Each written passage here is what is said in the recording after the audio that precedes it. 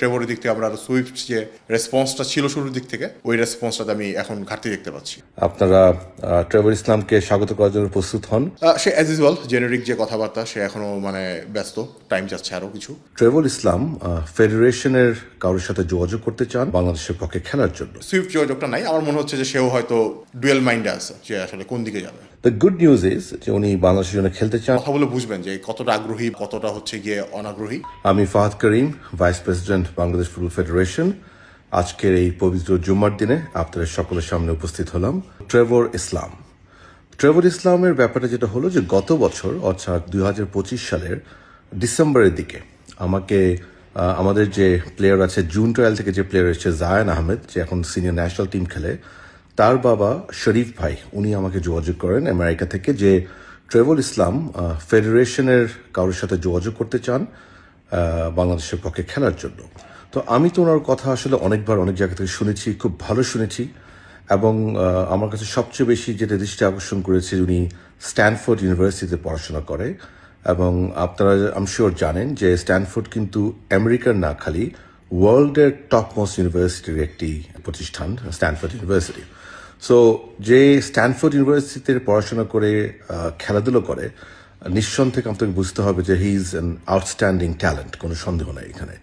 তো আমি সাথে শরীফ ভাইকে বলি যে প্লিজ ওনাকে আমার নাম্বারটা দেন এবং উনি যেন আমার সাথে একটু কষ্ট করে যোগাযোগ করে। Definitely I would be very happy to help him out.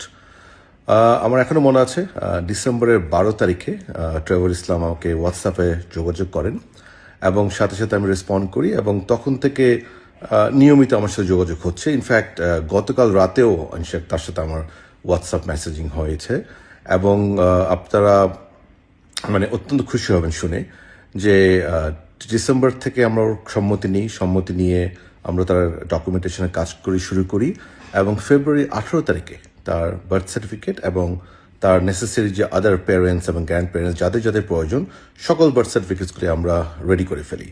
তারপর আমি ট্রেভরের সাথে সবসময় আমি যেটা করি যে যখনই আমরা নতুন করে অরিজিনাল প্লেয়ার নিয়ে কাজ করি আমরা কিন্তু তাদের অ্যাভেলেবিলিটি জানতে চাই, এবং একই সাথে এটাও তাদেরকে বলে দিই যে আমাদের ক্যালেন্ডারটা জানে যে আমরা কখন কখন তাকে পেতে পারি এবং কখন কখন আমরা তাকে চাই।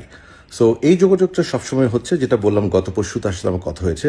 সো ট্রেভর আমাকে প্রথমেই বলেছিল যে এই বছর অর্থাৎ 2026-এ ওর জন্য it will be very difficult because ওর পড়াশোনার যে কমিটমেন্ট এবং তার যে এনসিএ লিগ ডিভিশন 1 যেটাকে বলে, সেখানে যে রেগুলার যে খেলে তার ইউনিভার্সিটি টিমের প্রতি তার যে কমিটমেন্ট সেটা দিয়ে হি ইজ ভেরি অকুপাইড, এবং একই সাথে তার পড়াশোনাটা আছেই।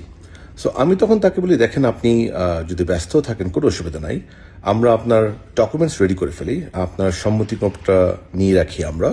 সো নেক্সট ইয়ার অথবা এই বছরের শেষে যখনই আপনি রেডি হবেন আপনি আমাকে জানাবেন, and we will be honoured to have you in our squad.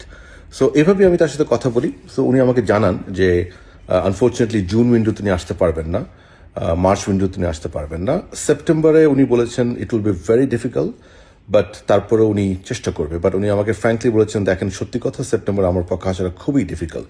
তাই আমি ওনাকে অনুরোধ করি যে আপনি দেখেন যদি পারেন খুব ভালো হয় আমাদের জন্য।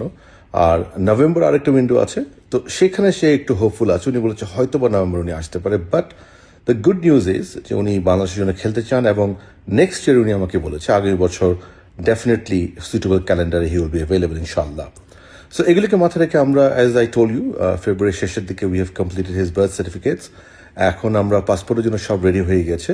যেহেতু ওনার ইমিডিয়েট কোনো আমাদের তাড়াহুড়া নেই, উনিকে আমি বলেছি যে আপনি আপনার সময় মতো যখন আপনি সময় দেবেন তখনই আপনি আমাকে বলবেন, আমরা নেসেসারি অ্যাপয়েন্টমেন্ট করে দিব আমাদের লস অ্যাঞ্জেলেসে যে আমাদের কনসুল অফিস আছে বাংলাদেশ এম্বাসির।